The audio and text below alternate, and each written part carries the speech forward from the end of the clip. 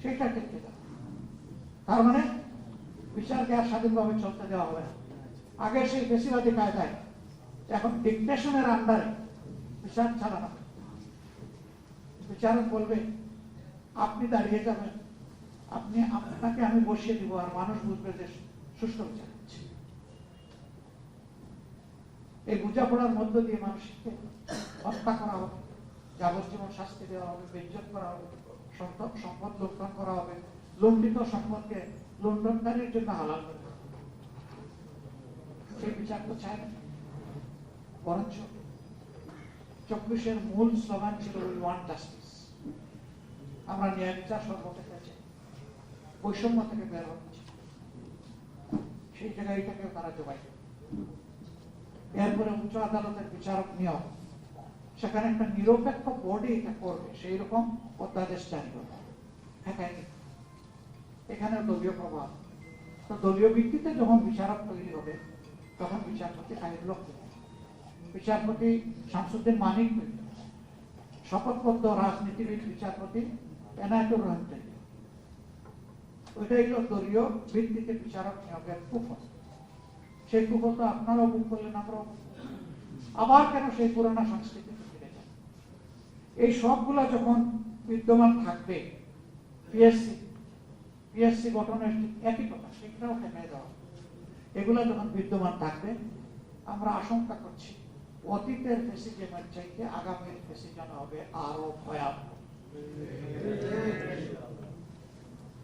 এই জন্য আমরা বলতে বাধ্য হয়েছি, যেদিন গণভোটের গণরায়কে অস্বীকার করা হয়েছে সেদিন থেকে নতুন ফ্যাসিজমের যাত্রা শুরু হয়েছে।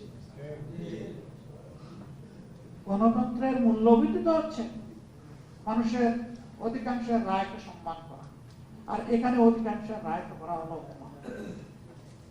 সম্মানিত ভাইয়েরা, এর পাশাপাশি আমরা দেখছি এখন আমরা বিশ্ব পরিস্থিতির শিকার এবং আমাদের নিজের অপকর্মের শিকার। যুদ্ধ পরিস্থিতির কারণে জ্বালানি সংকট দেখা দিয়েছে। এখানে যারা এসেছে তারাও ভুক্তভোগী, সবাই আমরা ভুক্তভোগী। সামান্য জ্বালানি সংগ্রহের জন্য ঘন্টার পর ঘন্টা এখন লাইনে দাঁড়ায় অপেক্ষা করতে হয়, রাতে দিনে 24 ঘন্টা, বৃষ্টিতে ভিজে রোদে শুকিয়ে। অথচ আশ্চর্যের বিষয়, সংসদের ভিতরে এমন ভাবে বিবৃতি জ্বালানি এবং খনিজ সম্পদ মন্ত্রী দিচ্ছেন, মনে হয় যেন তেলের উপরে দেশ ভাসতেছে। আগামী 2 মাস না এখানে সংকট নেই। আরে ভাই, সংকট যদি না থাকে তাইলে কিলোমিটারের পর কিলোমিটার লাইন কেন গাড়ি আর মোটরসাইকেল? মানুষ কি শখে গিয়ে সেখানে দাঁড়ায়? এখন নতুন বয়ান তৈরি করা হচ্ছে, কালকে থেকে দেখলাম, যারা আসলে তেলের সংকট নাই, তবে কিছু লোক বারবার তেল নিয়ে এটা মজুত করে চোরাই করতে বিক্রি করছে। এটাও আপনাদের ব্যর্থতা এবং ভুক্তভোগী জনগণের মরার উপরে খাড়ার কাজ। একদিকে কষ্ট করে ঘন্টার পর ঘন্টা হাঁপাতে হাঁপাতে তেল পাচ্ছে, আরেকদিকে তাদেরকে তেল চুর বানাচ্ছে। এই চুর কারা? জনগণ কি জানে না? কার বাসঘর, কার গোয়ালঘর থেকে এখন তেলের ড্রাম উদ্ধার হচ্ছে, জনগণ এগুলো জানে না? উদুর পিন্ডি বুদুর গাড়ি, আবার মানুষকে অপমান। এটার কারণে জ্বালানি সংকট নাই, অথচ লোডশেডিং এখন মিনিমাম 6 ঘন্টা, ম্যাক্সিমাম 10 ঘন্টা। এটা হলো ঘোষিত, আর অঘোষিত কতটা সেটা বলা যায়। আমাদের যদি মানে জ্বালানি সংকট নাই, যদি আমাদের বিদ্যুতের সংকট নাই, তাহলে লোডশেডিং। এগুলা সব হলো পরস্পর বিরোধী মিথ্যাচার। জাতির সাথে দুঃখা আমাদের বৃহৎ শিল্প কারখানা, মাঝারি শিল্প কারখানা যেগুলো আছে, সেগুলো ফার্নেস অয়েলের অভাবে এখন সেগুলো বিপদে ঝুঁকিতে পড়ে গেছে। সবগুলো নিয়ে জাতির সাথে একটা লুকোচুরি, ডেমোক্রেটিক যত প্রতিষ্ঠান ছিল সব ধ্বংসের পায়তারা শুরু হয়ে গেছে। প্রশাসন বসানো হচ্ছে, খেলার ময়দান, ক্রিকেট বোর্ড, সেই জায়গায় লোক সামলাইতে পারলেন না। সেখানে কেউ বাপের তালিকায় আর কেউ স্বামীর তালিকায়, কেউ অপেক্ষমান তালিকায় ছিলেন তিনি বাইরের তালিকায়। এইরকম করে কিন্তু ভোট থেকে পর্যন্ত দলীয়করণ করে ফেলা হবে, বাকি থাকে সবই তো শেষ করে দিচ্ছে। সিভিল প্রশাসনে যে লোকগুলো আসলে দক্ষ সৎ, তাদেরকে এখন ডাম্পিং ফিক্সে ওএসডি করা হচ্ছে, অথবা কোনো খারাপ জায়গায় পাঠিয়ে দেওয়া হচ্ছে। তাদের মেধা থেকে জনগণ বঞ্চিত হচ্ছে, আর সেই লোকগুলোর উপর জুলুম করা হচ্ছে। পুলিশ একই অবস্থা, সকল দিকে এখন একটা মহান নৈরাজ্য চলতেছে। বিশ্ববিদ্যালয়ের বিসি মানে চোখের পলকের সাথে শেষ। দুদক একদিনে পদত্যাগ করেছে, মানবাধিকার কমিশন পদত্যাগ করে তারা একটা খোলা চিঠি দিয়েছে। বিচারকদের উপর হস্তক্ষেপ করে তাদের উপরে এখন ফোকাস করা হচ্ছে 28 জন বিচারক।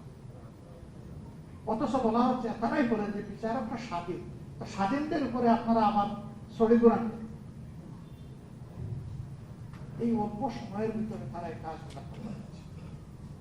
একদিকে তারা কৃষক কার্ড, তারপরে আপনার কি বলে ফ্যামিলি কার্ড বিতরণ করছেন, এখন হেলথ কার্ডও দিবেন, ভালো, সেটা দেয়। সেটা যদি রাষ্ট্রের পর্যাপ্ত রেভিনিউ থাকে, দিবেন না কেন, জনকল্যাণে ব্যয় করেন, কারণ তো নিজের না।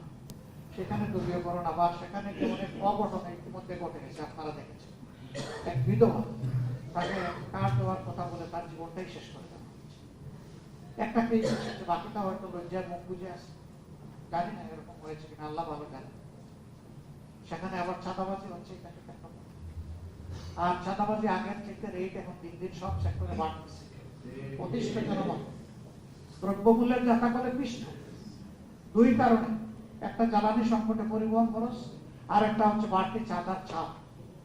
এই সবটুকু এসে সাধারণ জনগণের ঘাড়ে খেতে খাওয়া মানুষের ঘাড়ে থাকতেছে। একটা সরকার জনগণের জন্য তার একটু দুর্দরণ দায় থাকবে না? এরকম চলে কি করলেন আপনি?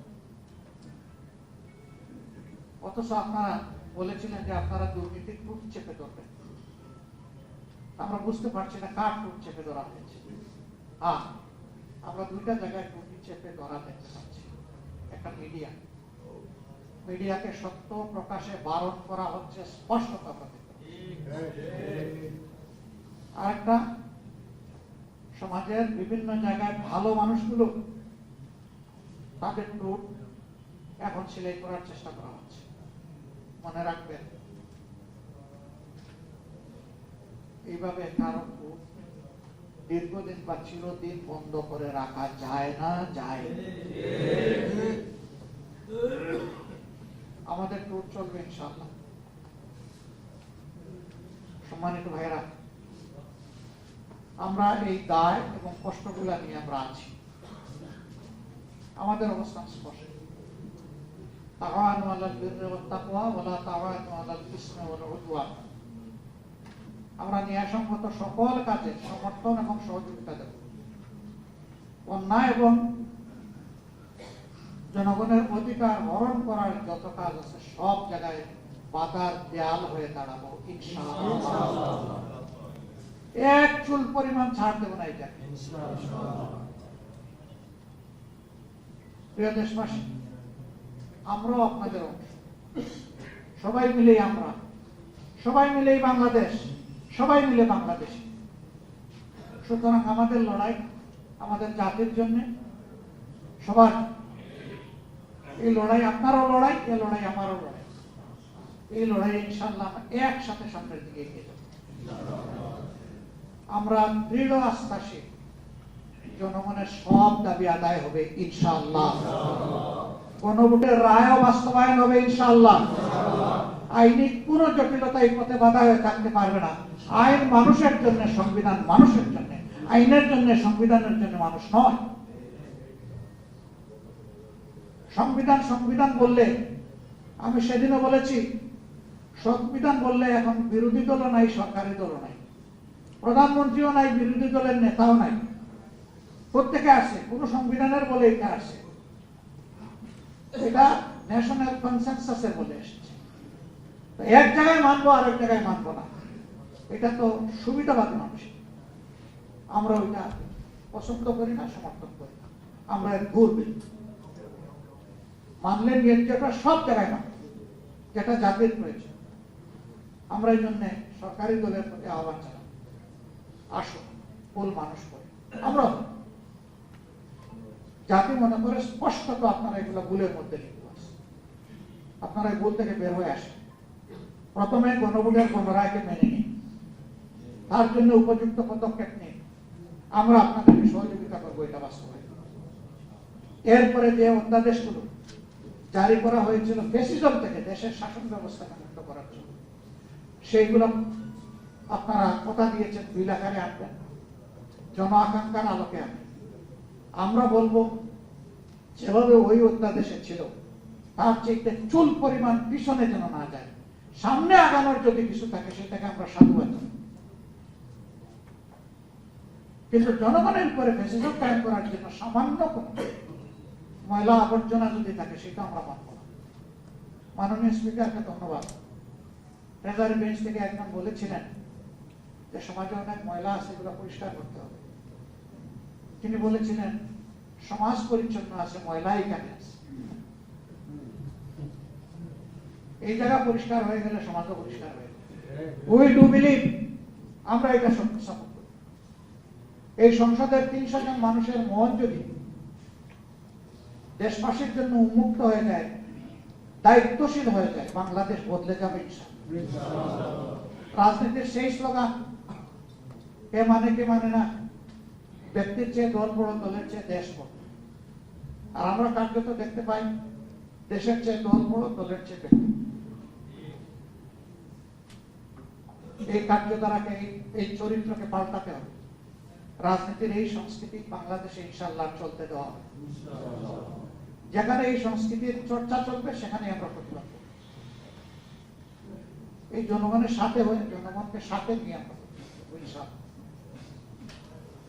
আসুন, সংকটকালে লুকোচুরি নয়, আমরা বারবার নোটিশ দিয়েছি, এই নোটিশগুলো আলোচনায় আসে। জ্বালানি সংকট, বিদ্যুৎ সংকট, সার সংকট, দ্রব্যমূল্যের ঊর্ধ্বগতি, এগুলা নিয়ে আলোচনা করি, এগুলা আলোচনা করা পছন্দ। শুধু লুকোচুরি ভাই, এগুলা তো সব আপনাদের সৃষ্টি না, এটা গ্লোবাল প্রবলেমের কারণে তৈরি হয়েছে। আমরা বুঝি নাই কেন? আমরা তো মানুষ, আমরা খোলা মনেই তো সবাই মিলে চাইতে সমাধান বের হয়ে আসে। আমরা এখনো আহ্বান জানাবো সংসদে, সংসদের বাইরে আসুন, খোলা মনে আলোচনা করে যাতে এই সংকট উত্তরণে আমরা একসাথে কাজ করি। এ দেশ তো আমাদের দেশ। এর মাঝে আরো দুই বিপত্তি ঘটে গেছে, বগুড়া এবং শেরপুর। এখন লোকরা বলে ৯৬-তে মাগুরা আর ২৬-এ এসে বগুড়া। কেন ভাই, দরকার কি ছিল? ফেয়ার ইলেকশন করে আপনারাই জিতেন, না হয় আমরাই জিতি, জনরায়টাকে আমরা সম্মান করি। কিন্তু সেখানে দেখছেন যে কি ঘটনা ঘটে। আমি ভাই লজ্জিত, কিছু মিডিয়া, সবার কথা বলছি না, অমুক ভাই ৩ গুণ ভোটে বিজয়ী হয়েছে। ভাই আপনিও তো সেখানে ছিলেন, মানে আপনার একজন বন্ধু সেখানে ছিলেন, খোলা চোখে আপনি দেখেন নাই সেখানে কি হয়েছে? সবই দেখছেন। একদম সিলমারা ব্যালট প্রার্থী এবং এজেন্টরা ধরে আপনাদের সামনে, তো আপনাদের মাধ্যমেই তো জাতির সামনে নিয়ে এসে, তারপরে আপনারা কেমনে বলেন রে ভাই? সবাই তারা এরকম করেছেন, তাদের ব্যাপারে আমি লজ্জিত, তারা লজ্জিত কিনা আমি জানি, লজ্জিত হওয়া উচিত। এই অঙ্গনে আলহামদুলিল্লাহ সুনাম অক্ষুণ্ণ থাকুক, আমরা চাই। আমরা বরাবর বলেছি, সাদাকে সাদা বলুন, কালোকে কালো বলুন। আমি কালো হলে আমাকে বলে দেন, অসুবিধা। কিন্তু আমার সাদাটাকে মেহরবানি করে বাদামি এবং কালো বানাতে চাই, এটা ভালো জিনিস। টুকরা টুকরা কাট পিস এখান থেকে ওখানে, আজকেও কি করবেন আপনারা? আশা করি আজকে ইনসাফ কেউ কাজ করবেন, দিলে পুরোটা দিবেন, না দিলে পুরোটা ফেলে দিন, এটা আপনাদের ব্যাপার। কিন্তু আপনাদের মতো করে আমাদের বক্তব্যটাকে ভাই বৈজ্ঞানিক আকারে উপস্থাপন করবেন। আমরা সাদা সিধা মানুষ ভাই, সাদা সিধা বক্তব্য, এগুলো সাদা সিধা ভাবে স্পষ্ট ভাবে আপনারা তুলে ধরবেন, এটা আপনাদের কাছে আমাদের বিনয়ী আহ্বান। আমরা দেশবাসীর প্রতি আহ্বান জানাবো, দেশবাসী অধিকার কেউ আপনাকে করে এনে দেবে না, বলবেন আর কত কে আর খা, ত্যাগের রাস্তা বোধহয় আরো কিছু দূর আমাদের চলবে এবং কালো রাতের অবসান করতে কে বাঁচবো কে মরবো জানি না, কোন দল ক্ষমতায় আসবে কোন দল ক্ষমতা থেকে যাবে তাও জানি না, কিন্তু এইটা জানি যে মহান আল্লাহ তিনি কখনো তার সৃষ্টির প্রতি অবিচার করেন না। সুতরাং সুবিচার পাবো, সুবিচার প্রতিষ্ঠিত ইনশাআল্লাহ। বিশ্ব পরিস্থিতিতে যারা এখন বিবাদমান আছেন তাদের প্রতি আমাদের অনুরোধ, যারা মজলুম তাদেরকে কেউ যেন আর কষ্ট না দেয়, যারা জুলুম করছেন তারা বিশ্ববাসীকে মেহরবানি করে আর কষ্ট দেবেন না, কারণ আপনাদের যুদ্ধের কারণে আমরা সবাই ক্ষতিগ্রস্ত।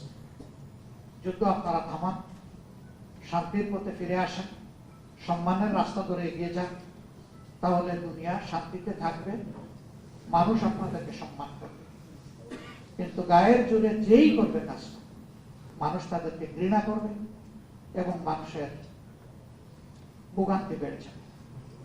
আমরা তাদের সকলের প্রতি আহ্বান জানাই, যুদ্ধের রাস্তা পরিহার করে ন্যায্যতা এবং শান্তির রাস্তা ফিরে আসবে। স্বাধীন দেশ হিসেবে সবাই সম্মানের সাথে পাশাপাশি বসবাস করার পরিবেশ নিশ্চিত করুন। জাতিসংঘকে আমরা আহ্বান জানাবো, আপনারা বিশ্বসভা, আপনারা এই জাতিসংঘের অভিভাবক, আমরা সেই দায়িত্বটা পালন করতে আপনাদেরকে দেখছি না, আপনারা এই দায়িত্বটা পালন করেন। এই দায়িত্ব পালন না করলে অভিভাবকদের জায়গাটাই প্রশ্ন হচ্ছে। আমরা চাই যে আপনারা আপনাদের দায়িত্ব পালন করুন।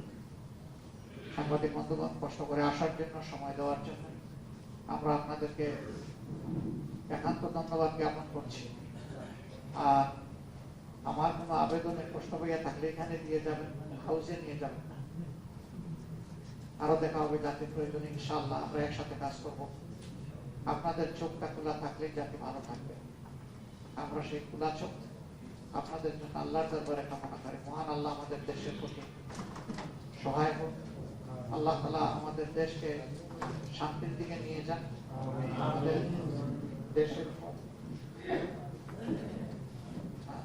আমাদের দেশের উপরে আল্লাহ তাআলা তার সাহায্য অবতীর্ণ করুন এবং দেশটাকে সামনের দিকে ন্যায্যতার ভিত্তিতে এগিয়ে নিয়ে যাওয়ার তৌফিক দান করুন। এই দোয়া কামনা করে আপনাদের সবাইকে, দেশবাসীকে আবারও ধন্যবাদ জানিয়ে আজকের এই জেলা আমির সম্মেলনের উদ্বোধন ঘোষণা করুন।